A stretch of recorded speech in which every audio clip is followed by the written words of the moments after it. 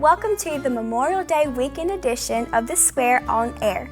While your travels may be a bit limited this year, we hope you'll still find a way to celebrate safely and honor our heroes who made the ultimate sacrifice defending our values.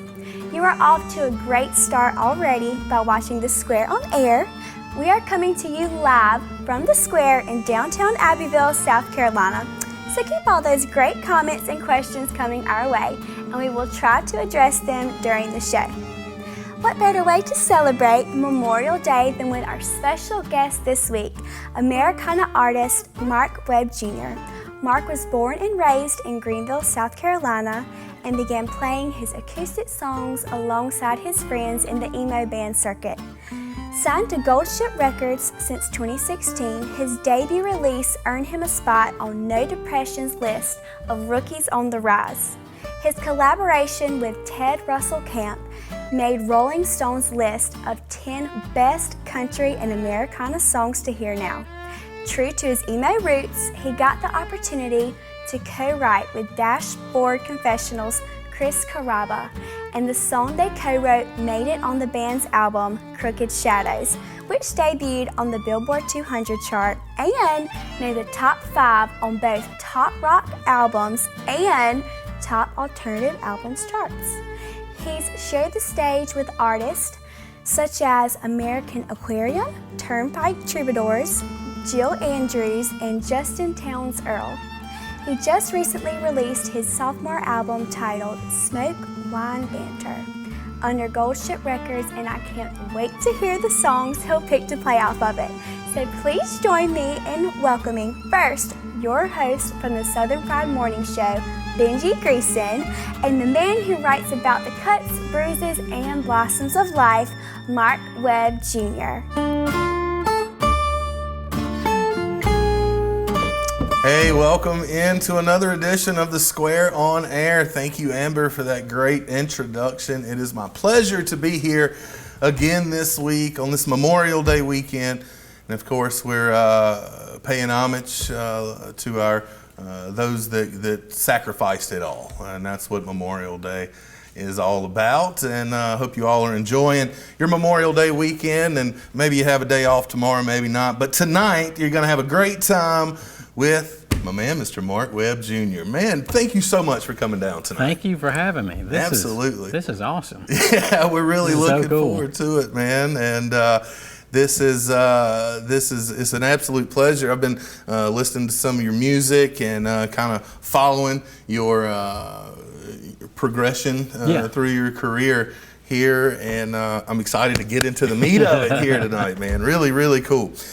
Before we get started, I do want to remind everybody that we do have Venmo, PayPal, and a Cash App available if you would like to donate to Mark Webb Jr. tonight. And the Venmo is at Mark Webb Music. PayPal is markwebjr@gmail.com. And then the Cash App is the $ Mark Webb Jr. And we will flash that on the screen throughout the night tonight as we hear some great acoustical performances from our man, Mr. Mark Webb Jr. here. Mark, let's start from the beginning, man. Where'd you grow up? Well, I grew up in Easley. Okay. Did you go to Easley High School? I did. The Green Wave? The Green Wave. The mighty Green Wave. We never said the mighty Green Wave. But we lived in Greenville till I was about 7 or 8 years old. And then we moved to Easley, and I finished out school there. So I'm not sure what is technically like your formative years. What does that mean when they say that? I'm not real sure. Probably high school. Is that when you really start getting into music and stuff? Is that your formative years? For me, it was because it formed everything else. Yeah. So when you were in high school, what were you listening to then? Well, as you heard, a lot of emo bands. Yeah. So I was heavy into like punk rock and emo bands, and then which obviously transitioned into like hardcore bands and metal bands. And right. So after high school, when I started playing shows, I played with a lot of hardcore bands that were like screaming and stuff. And then I'd be like the lone guy with an acoustic guitar, and like everybody leaves while I play. And but you don't see many mosh pits come out of acoustic guitars. No, I tried to start a few, but it never happened. Yeah. So obviously you you transitioned a little bit out of that, the hard rock, obviously, and into a more of a Americana, folk country-ish, even genre there. How did that come about? Well, was it just a natural thing for you? Yeah, because like growing up, country music was always around, particularly with my grandparents. Okay. And I just remember being a little kid, hanging out with them on the weekends, riding in the car, and we, listened to Alan Jackson, George Strait, and then, they'd throw in a little bit of Waylon and Johnny Cash, all those guys. And my favorite was always Dwight Yoakam. Yeah. And and he was to me, Dwight Yoakam was kind of like punk rock a little bit. Yeah. And then as I learned about his history, he kind of did country music, but played in a lot of punk clubs or whatever. So I thought, hey, it kind of makes sense that I like that guy. But it was always around, and I always liked music growing up. My parents are ministers, so we had to go to church. And when I was a kid, so we always had gospel music around, and there was a lot of hip hop and soul music, just everything. It's really hard for me to hear something that I don't like. Right. So. Is that when you picked up the guitar? Was in the church years? I didn't start playing guitar until I was in high school. I wanted to play when I was a kid. For some reason, I was afraid to tell my parents that I wanted to play music, so I never really kind of did. And I mentioned it to my grandmother once when I was a little kid, and she bought me some little cheap guitar, and I didn't really stick to it because nobody got me lessons or anything. And I was like, well, forget it. I'll just daydream and stick with the broom or whatever. But then once I got into middle school, high school, I talked to my grandpa. I was like, I really want to play guitar. And he was like, well, great. I've got a guitar, and we'll sign you up for lessons. Got one in the closet, was dusted off. That's what happened. Really? So, that's really cool, man. So. Very cool. You've played a lot of venues, ton of venues around and in the Greenville area, and obviously you've been signed to Gold Ship Records for a little while now. That had to be really cool experience. People don't just get signed every day. Yeah.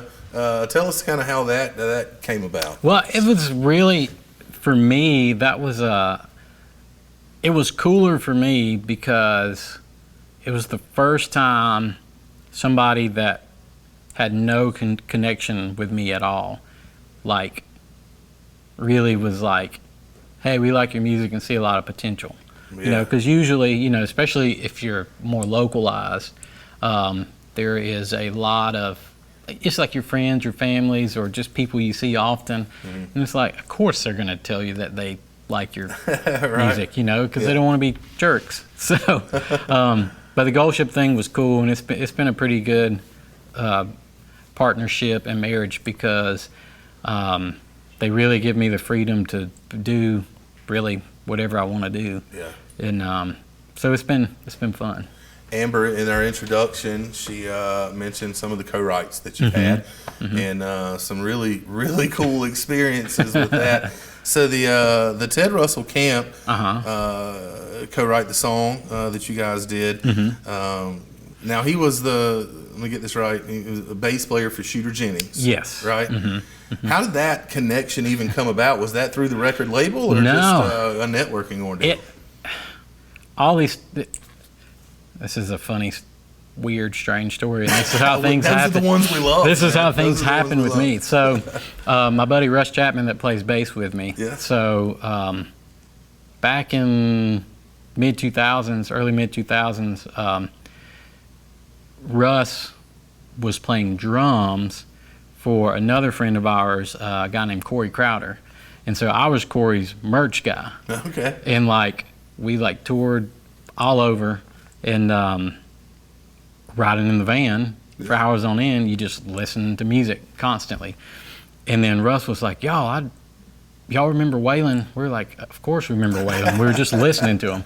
He's like, well, his son does music, and you should check it out. It's really awesome. So got out that iPod, the old video one with the little circle. It's almost like the rotary phone now. Yeah. Those iPods, I miss those things. I found my old one, but... It's great. But anyway, Shooter's first record, Put the O Back in Country. Yeah. Russ was like, y'all listen to this, and we just fell in love with it. And we were like all in when we discover an artist. Like, we're just obsessive about them. Who plays on the record? You know, who's in the band? Yada yada yada, all that kind of stuff. And then we figured out that it was a guy named Ted Russell Camp. Then we discovered that Ted puts out his own music. Yeah, had solo projects. And a few years went by, and Ted was playing in Asheville doing his solo stuff. And Russ messaged him and said, hey, would you consider giving me a bass lesson? And Ted was like, absolutely. Oh, wow. And so we went up and saw the show, and the next morning we met him at his little motel. Yeah. Russ gave him a bass lesson, and then ever since then, we like keep in contact. I talked to him last week. And that's really cool. just so anytime he'd come to the Southeast, he'd, stay with us. And Yeah. I'd play shows with him. We'd, do like little weekend runs, and then when we weren't playing shows, we'd sit around and write songs. And we first wrote a song called crud, I can't remember the name of the song. You probably put out so many. It's so anyway, we wrote a song initially, and we both loved it, but neither of us have recorded it. Right. And then one day I was riding down the road a couple years after that, and I looked up and I saw a billboard, and it said "Heart Under Pressure" with a question mark, and that was about getting your heart checked. Oh, yeah. And I was like, that would be a cool song title. And so I sat down and started writing the song, and I was kind of stuck. And I was like, I'm going to send this to Ted. I sent it to him, and we went back and forth, and then we had a complete song. That's incredible. And what's so funny about it is that he was in the process of the wheels were turning for him. He was thinking about how the heart is a muscle, and he wanted to write a song about that. Yeah. And then like a couple of days later, I was like, dude, listen to this. I've got an idea. And it like fell right where he needed it to fall. I was like, that's well, perfect. We got it. Absolutely perfect. Rolling Stone said it was one of the 10 best country and Americana songs. Put out Heart Under Pressure. That even being mentioned by Rolling Stone, right? That was that's cool. Huge, man. Yeah, that was really cool. That was all Ted. I didn't have anything to do with it. But yeah, it was cool. It's it just, we sat on that song for a while. Yeah. I almost recorded it for Smoke Wine Banter. Yeah. And we just kind of decided the last minute to not do anything with it. And I'm glad we didn't, because Ted took it to another level once he started recording it. He got Jamie White. She sings the background vocals on it, which her new record that's about to come out is going to be unbelievable. Yeah. But it's cool, and that's just kind of the nature of writing songs. Yeah. You kind of let them live. You mentioned the title of your album, the newest one, Smoke Wine Banter, is out. We're going to hear a few tunes. You're going to play a few tunes from that tonight for us, right? Yeah. Let's start with the first one here, 18 Again. All right. That's I think most people they'd go back to 18 again, just maybe for a day or so, right? Is that kind of the premise of how you wrote this? Well, actually, so I wrote this song about my parents. They were high school sweethearts, and their anniversary is actually Friday. Okay. They've been married for 33 years. Wow. So, but I wrote this song for them because I thought they deserved a song. They're an interracial couple. My dad's white, my mom's black, and so they grew up in a time where people were like had very strong opinions about that. Right. And they won like best couple for like senior superlatives and all that kind of stuff, and they're still going strong. 33 years later. Yeah, and so I thought they deserved a song. Absolutely. And this is sort of their story. Very cool. Mark Webb Jr., 18 Again. Oh, baby, don't you see everything you're doing to me? You got my heart beating out his chest. Who am I, girl, to be so blessed? We've got story to tell. Nobody else is gonna understand, 'cause our love is the best love anyone could ever find, and our love is a kind love. There's no need for us to hide it, and our love is a strong love. It's gonna last till we're 18 again.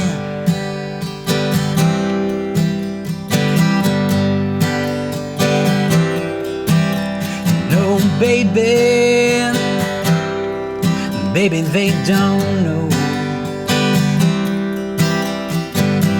where we've been, and how love it grows. And if they did, then maybe they'd see that our love, girl, is the best of you and me. That's my favorite line. We've got a story to tell. Nobody else is gonna understand, 'cause our love is the best love anyone could ever find, and our love is a kind love.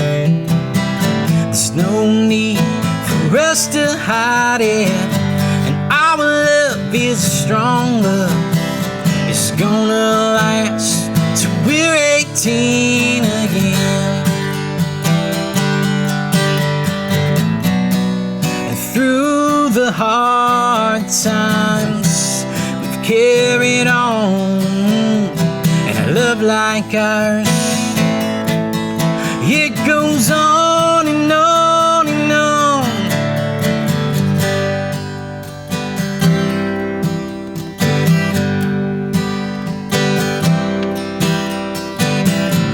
We've got a story to tell.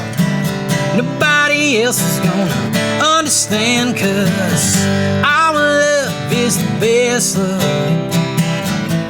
anyone could ever find, and our love is a kind love.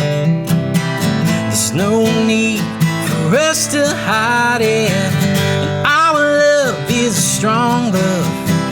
It's gonna last till we're 18 again.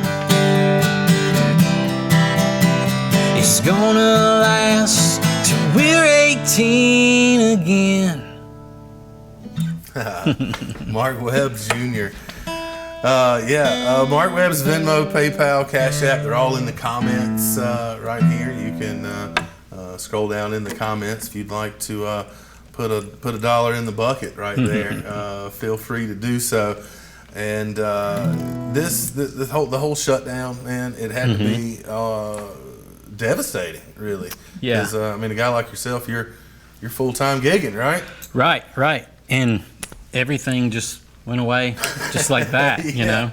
But instantly. And but thank God for live streams, because we did a couple of those, and I was shocked at how many people like showed their support just through Facebook and Instagram. Right. It was very touching. Yeah. So I don't think that people realize how much they miss live music until this happened. Yeah. You know? Yeah. And even going to a restaurant, just having somebody in the corner. Yeah, having me in your restaurant thanks. Or going, you know, and watching somebody, you know, you're going to see that person on stage, you know. Right. It's been a big blow to everybody, man, but we're on the way back. Yeah. We're on the way back. It's coming back. You, I know you play a lot around in the Greenville area. We've got a video here, the song Lucy. Yes. Yeah, tell us a little bit about Lucy. I want to cut to the video here in just a second. Lucy, I wrote that song a few years back, and I wrote it inspired by a real person. Okay.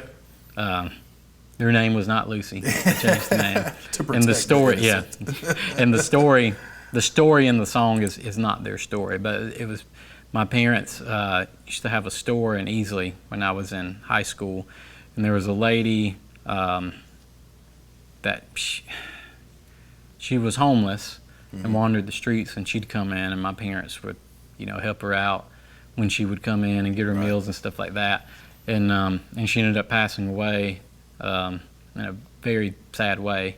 And years later, I was sitting down with the guitar, and I had my harmonica at the time with me, and I started playing a little riff on the harmonica, and then first thing that came out of my mouth when I started singing were the first words, Lucy got shot by a man.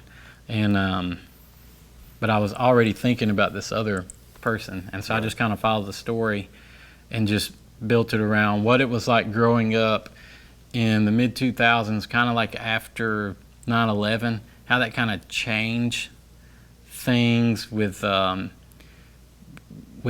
for my generation, all of a sudden war was like a big part of it, in a way that was just constant, and then I just thought, well, what would it be like if if you were a kid that, and your dad or your mom was, called off to war and they didn't come home, and then they were your only parent, and things sort of spiraled out of control there. That's deep stuff, brother. Well, yeah, it is. Let's take a look at the video here, Lucy.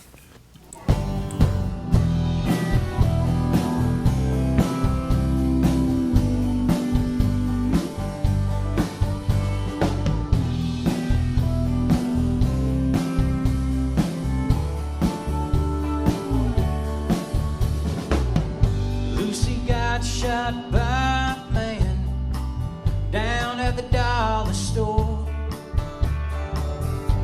Some say it was an accident, but I know something more. See, Lucy got herself caught up in a losing game. She would spend her time on the streets every night.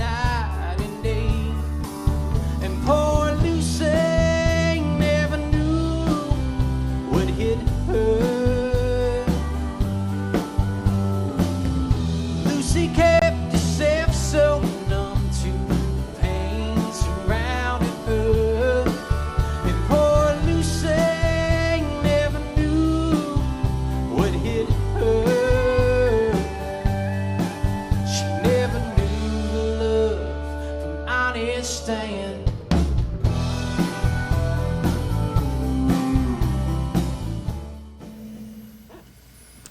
Do you normally take do you draw from real life experiences or and write abstractly about those, or do you start with an abstract idea and say, oh, I know something that kind of happened, in real life, let me add this in? How does that work for you when you write? Yes and no. Yeah.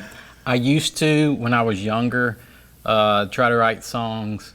I thought everything had to be about something that happened to me or somebody that I knew or whatever. And then as I got older, I was like, man, my life would be a bummer if all this stuff happened to me. And and so as you get older, you kind of mature as a writer and realize that that's what you do. You write. Right. And then so you just try to come up with an idea, and if it's a story, it's a story, and you have to it helps when you do go perform it to, like, I heard Tom Petty talk about it once, almost like be that character in the song, so you can deliver it better. He was great, wasn't he? Oh man, yeah, one of my favorites. Yeah, one of my favorites, man.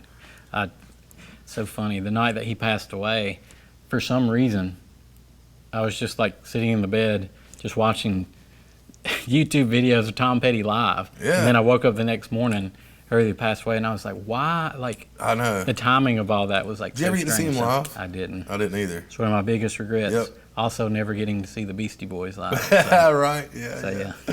So, your album that's out now, Smoke, Wine, Banter, and of course you can get that on all digital platforms, everywhere, iTunes, the whole nine. You've got a song on there called "The Dancer." Tell us a little bit about now. This isn't Tiny Dancer. It is not. The song is not that good. It's not that good. Hold Me Closer, It's almost. The Dancer. Tiny Dancer's here, and then The Dancer's here. But no.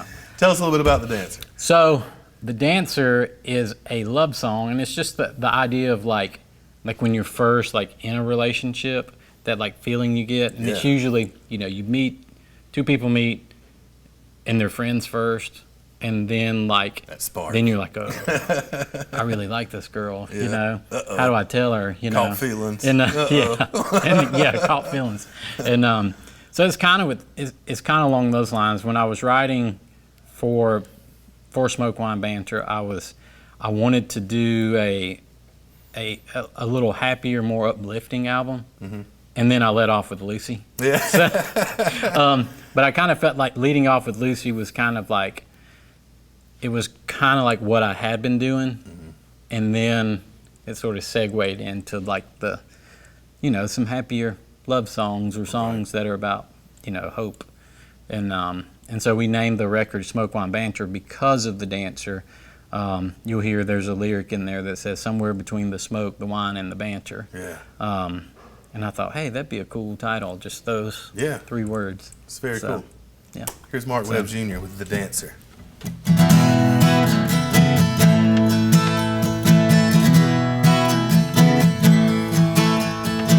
You still linger on my shirt long after I'm gone. It makes me feel like I'm with you when we're living inside these phones. Missing the nights of wine-stained teeth and sharing cigarettes, just watching the cars drive by. I don't wanna leave just yet. Well, I ain't never been much of a dancer, but I've danced myself around these feelings for you. Somewhere between the smoke, the wine, and all the banter, girl, it's safe to say I was falling for you.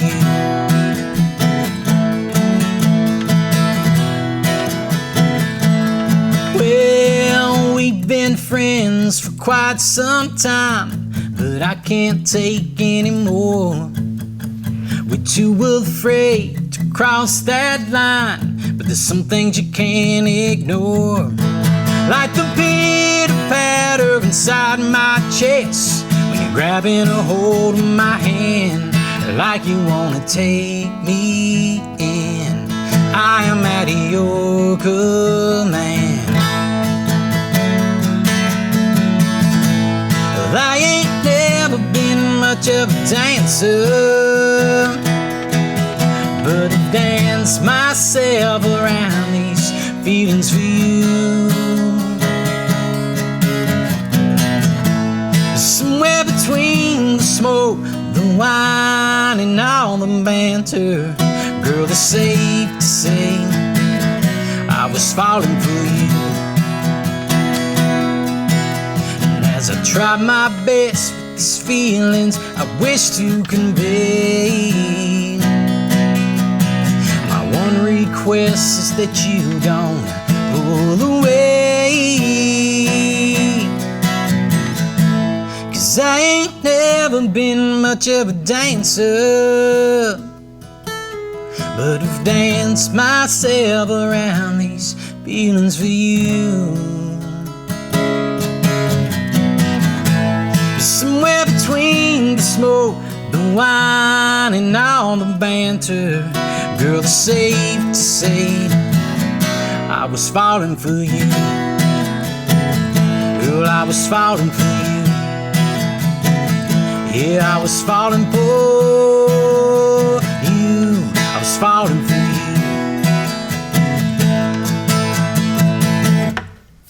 you.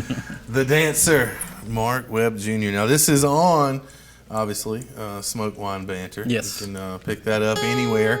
The music is sold. Apple, Google Play, the whole Spotify, the whole nine, right? Yep. And what's it?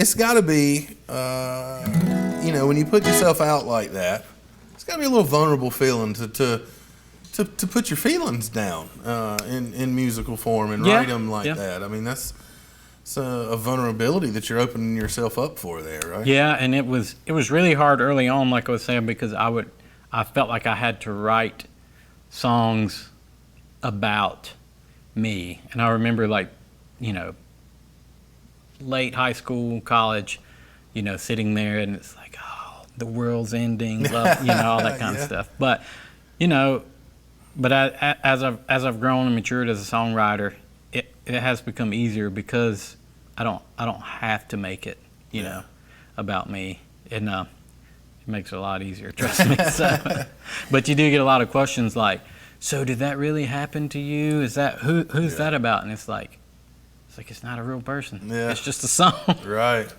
I would think that it would be really tough to write abstractly. Yeah. You know? Yeah. I would think, I mean, you got to have great imagination to start with to come up with things like that and I guess draw from personal experiences. Yeah. But then, you know, I was thinking the other day, how miserable do you feel? The world's just terrible. Everybody's against you. When you're a teenager, you know, teens, early 20s, and then, you know, as you get a little bit older, you're like, man, I had it made. I had it easy. I had it I didn't made, have any bills. I didn't have anything to worry about. But it's interesting to think about as you get older and you think back of like how everything was like such a big deal. Yeah. And then you gain perspective as you get older. And you grow as a writer, obviously. Yeah. And, you know, maybe the angst from the early years dissipates a little bit. And you start drawing on other things that you're going through in life. Yeah. That's really cool, man. Very cool. Dashboard Confessional. You got to write a song. Yeah. And Chris Carrabba is the name there. That was it as 7 Degrees of Kevin Bacon as the Ted Russell camp meet there? No, it was more just like stalking and pestering for years is what it was. I like you. Let's hang out, right? No, I grew up listening to, especially in high school, like a lot of Dashboard, a lot of Further Seems Forever. Yeah. And like Chris was, you know, was my hero. I mean, he still is now, like my music hero, you know. Those guys have millions of YouTube hits. Yeah. I was just thumbing through their songs the other day, man. It's like 11 million, 17 million, 8.9 million. I was like, good grief, man. It's crazy. Yeah, it is. It's wild. Yeah. It's wild.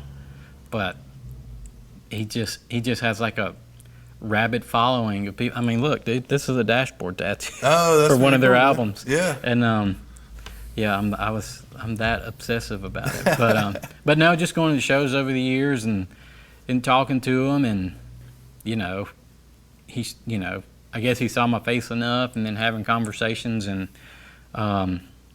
then I was recording my first record with Gold Ship, and we were getting ready to put that out, and he was like, well, when you get mixes back, send it to me. I want to hear it. And I was like, okay, cool. How do I send it to you? And he was like, well, here's my number, blah, blah, blah, you know. And so we just started keeping in touch. And then when he was writing for Crooked Shadows, he started sending me like the work tapes for the record, so I could hear them and wanted my opinion on them. And I was like, well, I'm writing these songs, let me send them to him. Yeah. So I sent him an idea for a song, and he was like, this is great, change this line in it. And I was like, cool.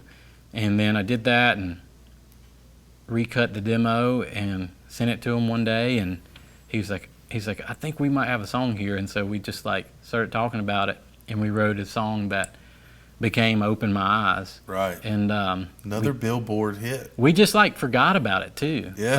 Like we just put it on the back burner. I never played it out live.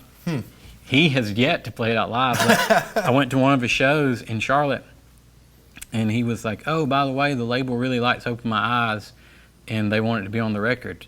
And I was like, okay, cool. Yeah. And then like a couple months after that, I saw a Rolling Stone article, and I'm looking through it, and Open My Eyes was on the track listing. Unreal. And I was like, dude, why didn't you tell me it actually made it? He was like, oh, well, I thought I told you that. and then it wasn't until the record came out that I realized that Lindsey Sterling, the girl who plays violin, Right. she played violin on the song and did background vocals. So it was cool. Very cool, you know? man. So That's got to be such a rewarding feeling to know that, you know, something that you wrote and not only he liked, but the label then likes, Yeah, and then yeah. it lands on Billboard. yeah, you know? it was cool, you know, and like being a kid, like just learning to play guitar and writing songs, and like that being my band, Yeah. it was like you never think that you'd ever meet them, Right. let alone become friends with them, and then write a song and have it be on their record, you Yeah. know. So I'm pretty happy because I'm like forever like etched into the dashboard. I mean, you confessional got. I mean, world. yeah. You can. Nobody can ever take that away. That's a legacy song. You know. I mean, Yeah. it'll be there forever, man. That's very cool. If you have a question for Mark Webb Jr., you can leave it in the comments right here. We are following that live, and I do appreciate everybody tuning in here tonight. Of course, if you want to watch the replay, you can catch that on WCTEL TV channel 20 Tuesday nights at 9 o'clock, and then Wednesdays at 12:30. That's lunch 30, not midnight 30. And we've got more here from Mark Webb Jr. Then You Find Love is a song that's on Smoke Wine Banter. How did this song come about for you? This song is really old. I wrote this song in 2000. Sorry, I keep hitting that mic, y'all. I wrote this song in 2007, I think. And yeah, it was Just put it on 2007. the back burner for this album? Yeah, I recorded it with a buddy of mine back then, but never really did much with it. And the band and I never really played it. We would go over it in rehearsal, and we all liked it, but we just never really played it live. I think part of it was because I always felt like I had to play electric guitar with the band. Okay. And then finally I was just like, forget it. I'm playing acoustic guitar. I may play electric on a song or two, but I'm playing acoustic guitar. Right. And so once I started playing acoustic guitar with the band more, I started playing it, and it sort of found its way in our sets. And then so when we sat down with the group of songs that I was thinking about for the record, I played it for my friend Brad Phillips, who owns Studio 101 in Woodruff, South Right. Carolina. And so he produced and engineered the record, and he was like, I really think we ought to put that song on there. And I was like, okay, cool. Yeah. And so we came up with a new version with it. My buddy Catlin Owen played guitar on all of my records, and he kind of like came up with a cool groove for it when we played with the band. So we were pretty stoked on it. Very cool. But you'll get the acoustic version. Yeah, awesome. Then You Find Love, Mark Webb Jr.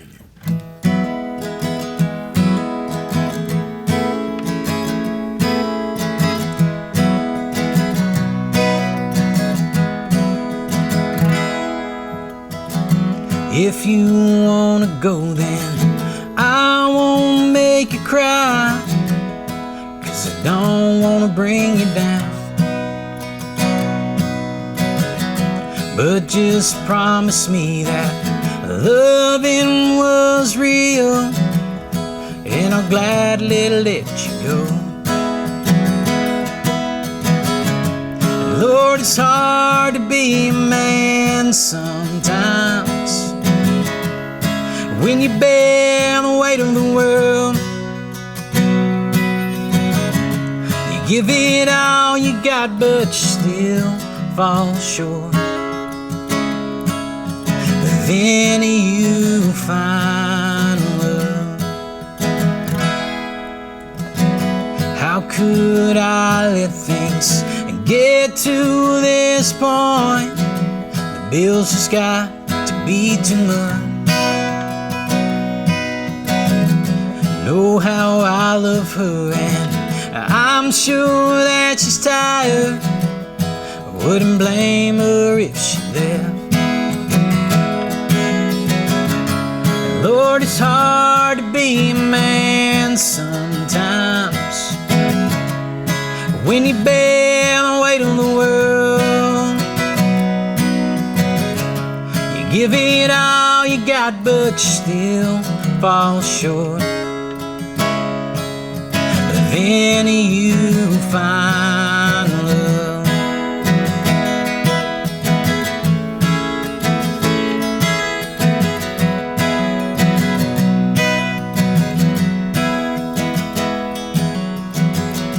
Then she looks at me and says, oh baby, now remember I made a vow,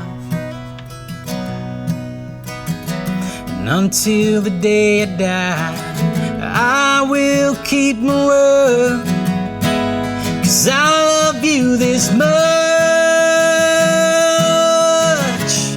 Lord, it's hard to be a man sometimes when you bear the weight of the world.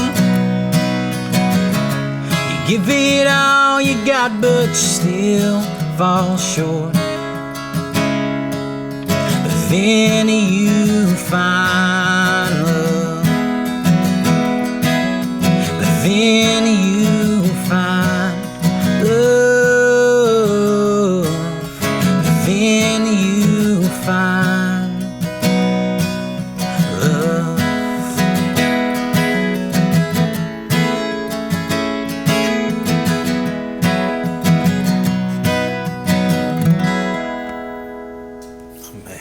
Man, what a tune. Thank you. I actually wrote down that part before I knew it was the hook. Hard to be a man sometimes when you bear the weight of the world. Yeah, It's true, man. Yeah. It is true. And I wrote that when I didn't know what it meant to be a grown man. Right? Oh, man. That's, yeah, sometimes your lyrics, even though you may write them, years before, Right. they may hold a different meaning for you. Well, that's kind of the point. You kind of want to write songs that are going to, like, age well and Right. grow. And I think I'm going to sound like some weirdo when I say this, but I kind of like, I feel like songs are like, you have to kind of look at them as like living, breathing things. Yeah. Because they have to be able to stand the test of time. And sometimes like standing the test of time is like, it's like growing and changing and morphing. I mean, I have songs that that when I wrote them, I distinctly wrote them about, this, but like as time goes by, I can see how it now means this to me. Right. Or I write a song about this, and then somebody that I don't know tells me that they like the song because it makes them think about whatever. Yeah. And I'm like, man, that is so not anywhere close to what I wrote that song about. But it can change for people. Right. Yeah. I guess everybody just kind of takes it in and takes what they Right. what they get out of it. And man, if you can get 20 different people that believe 20 different ways about a song, you've hit the nail on the head there. Man, I tell you, this has absolutely flown by here tonight. I've had such a great time getting to know you. Thank man, you for and hearing having your me. music. It's been great. Mark Webb Jr., super talented singer, songwriter. Please go buy his album and put a little penny or so in the tip jars that we've got out right there. We're going to throw it back to Amber really quick, and then we'll come back with one more song tonight from Mark Webb Jr. Thank you all for staying with us during the duration of the show. I hope you've enjoyed hearing the stories and songs from Mark as much as I have. If you'd like to learn more or purchase some merchandise, you can find him online at www.markwebbjr.com. If you'd like to donate to him via Venmo, PayPal, or Cash App, please follow the links in the comments and on the screen. Furthermore, if you're a business or patron of the arts and would like to sponsor or support The Square on Air, please reach out to us at thesquareonair@gmail.com.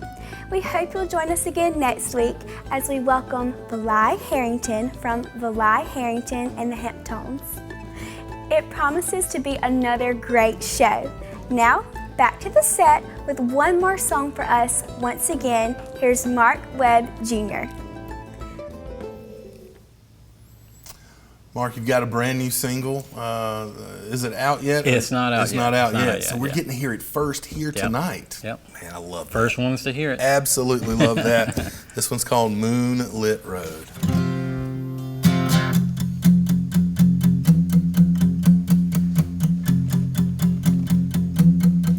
Finding the right words to say, I get a little tongue-tied along the way. Oh, I hope you don't mind me, 'cause I've had maybe 2 or 3 to give me the courage I think I need. Can't let another moment pass on by. Oh girl, the light hits you just right. Tonight's gotta be the night where there's no one here, as you can see. Girl, slide on over next to me. Let's take this thing as far as it'll go. Just like my Chevy and that moonlit road, we would drive until the sun came up. The whole time I was falling in love with a girl who I never thought would be more than a friend. Riding shotgun softly, grabbing a hold of my hand. Let's see, this night never ends.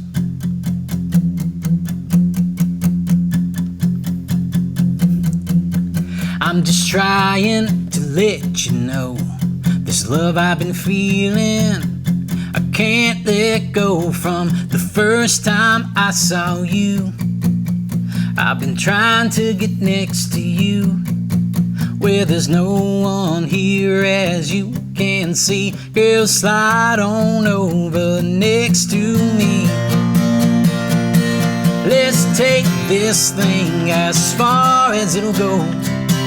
Just like my Chevy and that moonlit road, we would drive until the sun came up.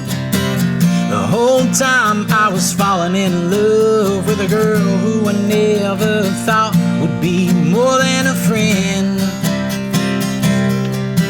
Riding shotgun softly, grabbing a hold of my hand.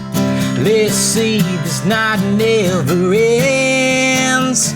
Girl, I'm down on one knee, I'm asking for your hand, and I'll forever be your man. Let's take this thing as far as it'll go. Just like my Chevy and that moonlit road, we would drive until the sun came up. The whole time I was falling in love with a girl who I never thought would be more than a friend. Now she's walking down the aisle and I can't help but smile. Let's see, this night never ends.